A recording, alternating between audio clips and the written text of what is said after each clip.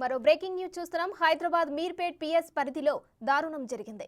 Minor బాలికపై రాకేష్ అనే యువకుడు పలుమార్లు అత్యాచారానికి పాల్పడ్డాడు. బాలిక ఇంటి పక్కనే నిందితుడు రాకేష్ పాన్ షాప్ నిర్వహిస్తున్నాడు. ఈ క్రమంలో బాలికకు మాయమాటలు చెప్పి లోబర్చుకున్నాడు. ఏడాదిగా బాలికపై అత్యాచారానికి తెగబడ్డాడు. బాలికలో మార్పులు గమనించిన తల్లిదండ్రులు నిలదీయగా అసలు విషయం బయటపడింది. బాధితుల ఫిర్యాదుతో కేసు నమోదు చేసి దర్యాప్తు చేస్తున్నారు పోలీసులు.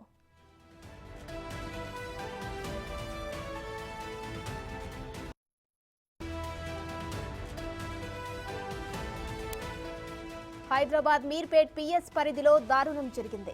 మైనర్ బాలికపై రాకేష్ అనే యువకుడు పలుమార్లు అత్యాచారానికి పాల్పడ్డాడు. బాలిక ఇంటి పక్కనే నిందితుడు రాకేష్ పాన్ షాప్ నిర్వహిస్తున్నాడు. ఈ క్రమంలో బాలికకు మాయమాటలు చెప్పి లోబర్చుకున్నాడు. ఏడాదిగా బాలికపై అత్యాచారానికి తెగబడ్డాడు. బాలికలో మార్పులు గమనించిన తల్లిదండ్రులు నిలదీయగా అసలు విషయం బయటపడింది. ఈ ఘటనకు సంబంధించి మరిన్ని డీటెయిల్స్ మా ప్రతినిధి రానా ఫోన్ లైన్ లో అందిస్తారు. రానా, చెప్పండి.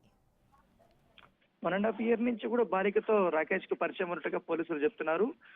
దాదాపు 6 నెలల పాటు కూడా ఆ అమ్మాయి వెంటపడి తర్వాత ప్రేమ పేరుతో మాయమాటలు చెప్పడము, తర్వాత లోపరుచుకుని దాదాపు సంవత్సరం పాటు అమ్మాయిని లైంగికంగా వేధించి గర్భవతిని చేసినటువంటి సంఘటన ఇప్పటికే పోలీసులు తల్లిదండ్రులు ఆశ్రయించిన నేపథ్యంలో పోలీసులు కూడా ఇన్వెస్టిగేషన్ చేస్తున్నారు. ఎందుకంటే ఇప్పుడు బాలిక మైనర్ కాబట్టి 7 నెలల గర్భం దాల్చినటువంటి నేపథ్యంలో దానికి కారణం రాకేష్ ని ఇప్పటికే పోలీసులు అరెస్ట్ చేసినటువంటి పరిస్థితి కనపడుతుంది. అక్కడున్న చుట్టుపక్కల ఉన్నటువంటి వాళ్ళందరూ కూడా రాకేష్ పైన మొదటి నుంచి కూడా అనుమానం కూడా వ్యక్తం చేశారు. గతంలో కూడా చిన్న అమ్మాయిని చాలా సార్లు బయటకు తీసుకెళ్లినటువంటి సందర్భాలు కూడా ఇదే అంశాలపైన కూడా వాళ్ళ తల్లిదండ్రులకి చెప్పినటువంటి పరిస్థితి కనపడుతుంది. సో ప్రస్తుతం అయితే కేసు నమోదు చేశారు. అమ్మాయి ఇచ్చినటువంటి స్టేట్మెంట్ ఆధారంగా ఎప్పుడు పరిచయం అయ్యాడు, ఏ రకంగా తను బెదిరింపులకు గురి చేశాడు, ఏ రకంగా తన ఫ్యామిలీని బెదిరించాలని చూశాడు అన్న దానిపై కూడా స్టేట్మెంట్ రికార్డ్ చేశారు. ఎందుకంటే మొదట్లో ప్రేమ పేరుతో అట్లా చేసిన తర్వాత మాయమాటలు చెప్పి తర్వాత కొన్ని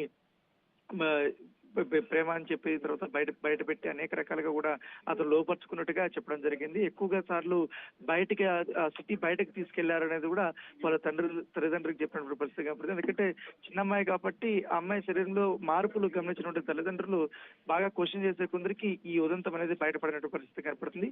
ఈ కేసును అయితే పోలీసులు చాలా సీరియస్ గా తీసుకుని దర్యాప్తు చేస్తున్నారు. ప్రస్తుతం అయితే రాకేష్ ని అదుపులోకి తీసుకున్నారా?